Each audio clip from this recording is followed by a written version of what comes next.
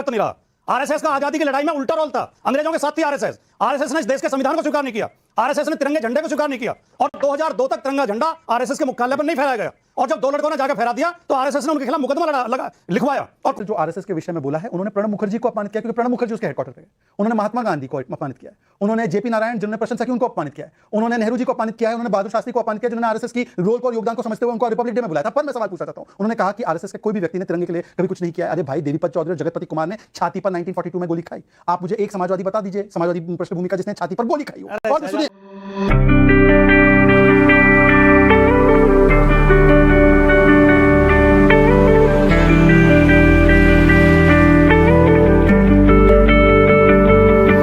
चलिए शुरू करते हैं। लेकिन शहजाद पूनावाला जी जवाब दीजिए, इसके बाद हर्षवर्धन त्रिपाठी जी ने हाथ उठाया। शहजाद पहले सबसे पहले आशुतोष जी, मेरे भाई आशुतोष, मेरे भाई आशुतोष, नाविका, मुझे लगता है अपने अपनी बारी पे अपने हाथ में कॉन्स्टिट्यूशन लहराकर बाकी इल्हाम ओमर को मिलकर ये कॉन्स्टिट्यूशन के रखवाले नहीं बन सकते।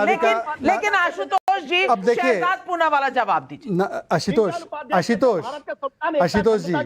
आशुतोष जी, अब in the interest of a debate आप अपनी बातों पे उछल रहे हैं, मान्यवर, कोई और तो नहीं उछला, आप ही उछल रहे हैं।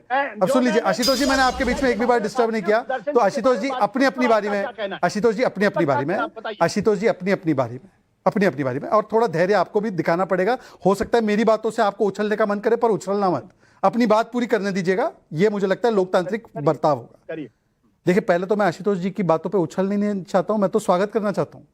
इन्होंने इल्हान उमर की तुलना एक प्रकार से हाफिज सईद से की, तो उनकी दृष्टि में हाफिज सईद जो करता है वही इल्हान उमर कर रही, मैं स्वागत करता हूं। पर एलओपी का पद जो होता है वो भारत के संविधानिक दृष्टिकोण का पद है, ये संसद का पद है, ये देश का पद है, और उस पद पर होते हुए ना आप हाफिज सईद से मिल सकते हैं, ना भारत विरोधी या भारत के विघटन करने वाले लोगों से मिल सकते हैं। मैंने आपको वाजपेयी जी का उदाहरण दिया, तो आपको मोदी जी का भी उदाहरण देता हूं। मोदी जी डिक्लेयर हुए थे, एलओपी तो नहीं थे वो, पर वो डिक्लेयर हुए थे पीएम कैंडिडेट के रूप में। एक नवाज शरीफ ने मनमोहन सिंह को देहाती औरत बोला, तो चुनाव के बीच में मोदी जी खड़े होकर सार्वजनिक सभा में बोले, चाहे राहुल गांधी इनका ऑर्डिनेंस फाड़े, मेरे देश के प्रधानमंत्री को तू नवाज कैसे बोलेगा ये देहाती औरत। ये होता है दायित्व निभाना एक पद का। अब मैं आता हूं अपनी दूसरी बात पर। आपने बोला कि संविधान को बदलने की बात के.एस. सुदर्शन ने की, वैसे तो 100 बार कांग्रेस ने बदला है, पर आज के कॉन्टेक्स्ट में, क्योंकि आशुतोष जी हमेशा जब मैं इतिहास में जाता हूं तो बोलते हैं आज की बात करो, शहजाद आज की बात करो, इतिहास में कहा जाता है, तो मैं आज की बात कर रहा हूं। आज इस सुंदर संविधान को जम्मू कश्मीर में लागू होने का काम 5 अगस्त को हुआ 2019 में, उसको वहां से हटाना कौन चाहता है? एनसी बोलती है 370 लागू होगा और वाल्मीकि का आरक्षण छिन जाएगा और 2 संविधान होंगे। अब आशुतोष जी, जो संविधान की आप वकालत करते हैं, बताइए कि कांग्रेस पार्टी एनसी के स्टैंड पर स्टैंड क्यों नहीं लेती? म्यूट कर दिया है आपने अपने आप को, मैंने नहीं किया। मैंने 2 सवाल बहुत स्पष्ट तौर पर मैंने भी स्पष्ट सवाल पूछा आपसे। मैं पूछ रहा हूं मैंने भी स्पष्ट पूछा। उस शख्स के बारे में आप क्या कहेंगे जो ये कहेगा वो भारत मैंने आपको बता दिया, मैंने बता दिया। आज के कॉन्टेक्स्ट में बताइए, जो कह रहा है कि ना लागू हो संविधान वहां पर, वो क्या है? आपको मैंने डिस्टर्ब नहीं किया। तो क्या के.एस. सुदर्शन आरएसएस के प्रमुख? मैंने आपको जवाब दे दिया। तो आरएसएस कोई कॉन्स्टिट्यूशनल पोस्ट पे नहीं है, सवाल वो नहीं है। हर्षवर्धन त्रिपाठी, एक मिनट,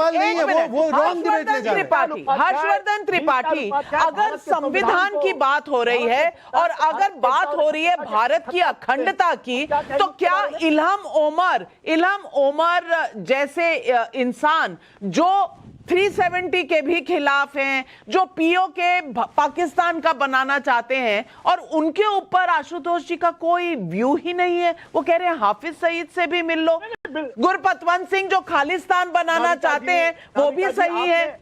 आपकी राय क्या है सुदर्शन जी के बारे में, जो कह रहे हैं भारत के संविधान को नहीं मानता? आपकी राय क्या है? अरे भाई, सुदर्शन जी आज जीवित नहीं है, और अगर आप मान, अच्छा 10 सेकंड दे दीजिए नाविका जी, प्लीज 10 सेकंड दे दीजिए। मैं 10 सेकंड, हर्षवर्धन जी 10 सेकंड आपसे चाहता हूं, मैं जवाब दे रहा हूं। अरे मैं जवाब दे रहा हूं, हर्षवर्धन जी क्यों जवाब देंगे? मैं दूंगा ना सुदर्शन जी, अरे जवाब ले लो, जवाब दीजिए। अब जवाब सुनने की क्षमता रखिए, क्योंकि यस और नो में नहीं हो सकता। मैंने आपसे नहीं पूछा, मैं तो हर्षवर्धन जी से पूछा। वो जवाब देंगे अपने समय पर, मैं अपना जवाब देता हूं। दर्शन जी, मैं आप, अरे भाई ये क्या तरीका है भाई आशुतोष जी, डिबेट हाईजैक नहीं कर सकते। ओके, मैं तो कह रहा हूं कि सुदर्शन जी ने तो केवल कहा, प्रियम्बल से शब्द बदलना, जो संविधान की आत्मा थी, राम जी के कृष्ण जी के चित्र को निकालना, इमरजेंसी लागू करके संविधान की आत्मा को मारना, ये किया कांग्रेस ने, 100 बार अमेंड किया। तो आप कांग्रेस के ऊपर स्टैंड लीजिए, और आज कर रही है 370 लागू होना मतलब संविधान लागू ना होना, उस पर स्टैंड लीजिए। अब आप यहाँ तो वो कह रहे हैं मैं संविधान को ही नहीं मानता, एकदम नक्सलवादी सोच है ये तो। अरे भाई आप मान ही नहीं रहे इस बात को, क्योंकि डिबेट इस बात की है कि संवैधानिक पद पर रहकर कोई ऐसा कर सकता है ना। सुदर्शन जी कभी किसी पॉलिटिकल पार्टी के अध्यक्ष थे, वो एक सोशल ऑर्गेनाइजेशन के अध्यक्ष थे, लेकिन हर्षवर्धन त्रिपाठी, आशुतोष जी इस डिबेट को दूसरी तरफ क्यों ले जाना चाहते हैं? इस पर भी अपना हाथ खींच लेना, राजकुमार भाटी जी, ये क्या सही है? नहीं, हर्षवर्धन त्रिपाठी जी को लगता है कि वो बहुत सभ्य और अनुशासित व्यक्ति हैं, और बाकी इस डिबेट में जो बैठे हैं वो बदतमीज हैं और असभ्य हैं। वो बदतमीजी करेंगे, असभ्यता करेंगे। अभी उन्होंने यही शब्द प्रयोग करे कि मेरे बीच में कोई बदतमीजी ना करे, कोई असभ्यता ना करे। जब आप अपने आप को शालीन और सभ्य मान रहे हैं, अनुशासित मान रहे हैं, तो दूसरे लोगों के प्रति भी ऐसी धारणा रखिए। ये इनके दिमाग की कमजोरी है। ये सोचते हैं कि ये तो देशभक्त हैं, बाकी सब देशद्रोही हैं। सर, आप दूसरे अगर निवेदन आज आपसे अब तो आप ही बीच में अनुशासनहीनता कर मुद्दे रहे पे कुछ कहा नहीं जा रहा, तो इसीलिए आप हर्षवर्धन नहीं, त्रिपाठी को हर्षवर्धन जी विलन ने बना यही शब्द प्रयोग पार्टी करे जी आज मत जो मैं बोल कीजिए। रहा हूँ। और हर्षवर्धन जी आप ही बीच में देखो टोकटाकी कर रहे हो। हमने नहीं किया आपके आज बीच मत में बिल्कुल कीजिए। भी। आपने कहा मेरे बीच में कोई बदतमीजी नहीं करे। बदतमीजी कौन करेगा? आपके पास आज के मुद्दे पर कुछ नहीं है मेरे कहने पास को। पूरा मसाला बोलने के लिए। तो फिर मैं हर्षवर्धन त्रिपाठी की तरफ से नहीं, माफी लेकिन मांगती हूं। आप डिबेट के मुद्दे पर आ जाएं। भारतीय जनता पार्टी और उसके इकोसिस्टम की मानसिकता बताना चाहता हूँ। ये खुद को देश, अब इन्होंने आप आरएसएस अपने को सर्टिफिकेट दे इकोसिस्टम की दिया। मानसिकता तो देख लीजिए इन्होंने पहले। कहा आरएसएस सवाल देश उस पर है। आरएसएस देशभक्त संगठन रहा है। आरएसएस कभी देशभक्त नहीं रहा। आरएसएस का आजादी की लड़ाई में उल्टा रोल था। अंग्रेजों के साथ थी आरएसएस।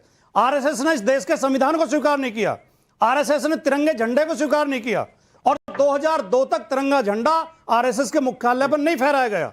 और जब 2 लड़कों ने जाकर फहरा दिया तो आरएसएस ने उनके खिलाफ मुकदमा लिखवाया और कोर्ट में मुकदमा लड़ा।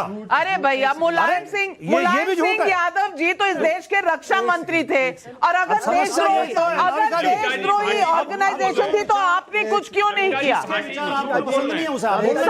सवाल ये है कि मुद्दे पर आप नहीं कहेंगे। शहजाद मुनावर, और पब्लिक के बहुत सारे सवाल हैं। एक सेकंड शहजाद, देखिए, एक सेकंड मैं रिक्वेस्ट करता हूं प्लीज। अब देखिए, मुझे लगता है कि सब लोग अपने अपनी बारी में बोले।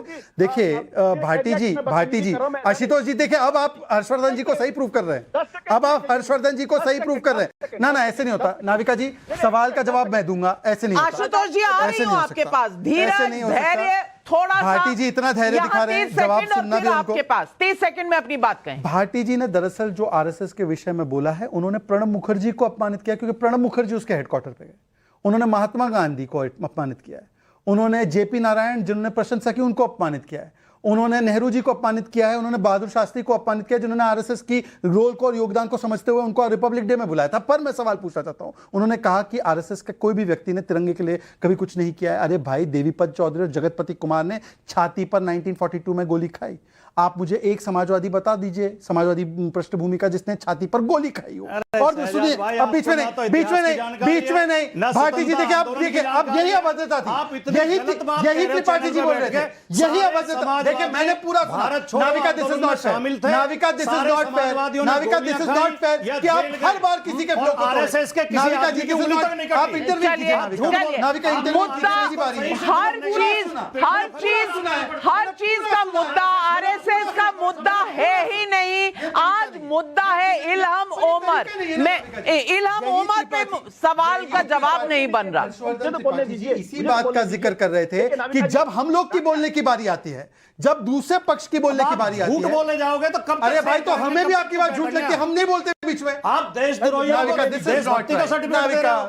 अंग्रेजों कोई किसी को सर्टिफिकेट नहीं दे रहा, लेकिन हर आदमी डिबेट में अपनी विचार, एक मिनट विचार, लेकिन आप एक बहुत बड़ा झूठ बोला गया, प्लीज। कौन सा? मैं बता रहा हूं, और बीच में नहीं बोलना। इन्होंने कहा कि एक 50 साल तक आरएसएस ने तिरंगा नहीं लहराया, और जब किसी ने नागपुर के हेडक्वार्टर पर डाला तो उनके ऊपर एफआईआर हुई।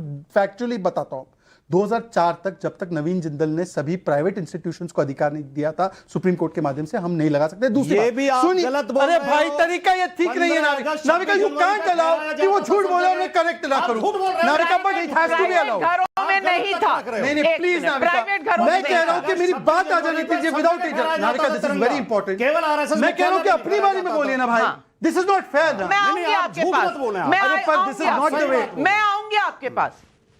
नाविका देखिए, उन्होंने एक बात रखी, मुझे काउंटर करने का भी अधिकार नहीं है।